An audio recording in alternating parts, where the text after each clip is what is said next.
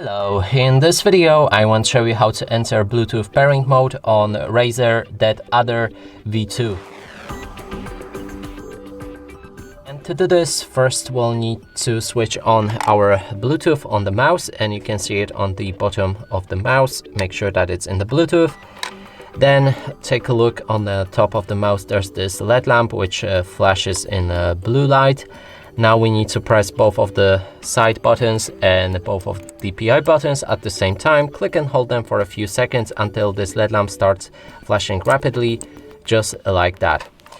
Now, when we go to my smartphone and right here refresh available devices, here's the mouse, click on it and pair it.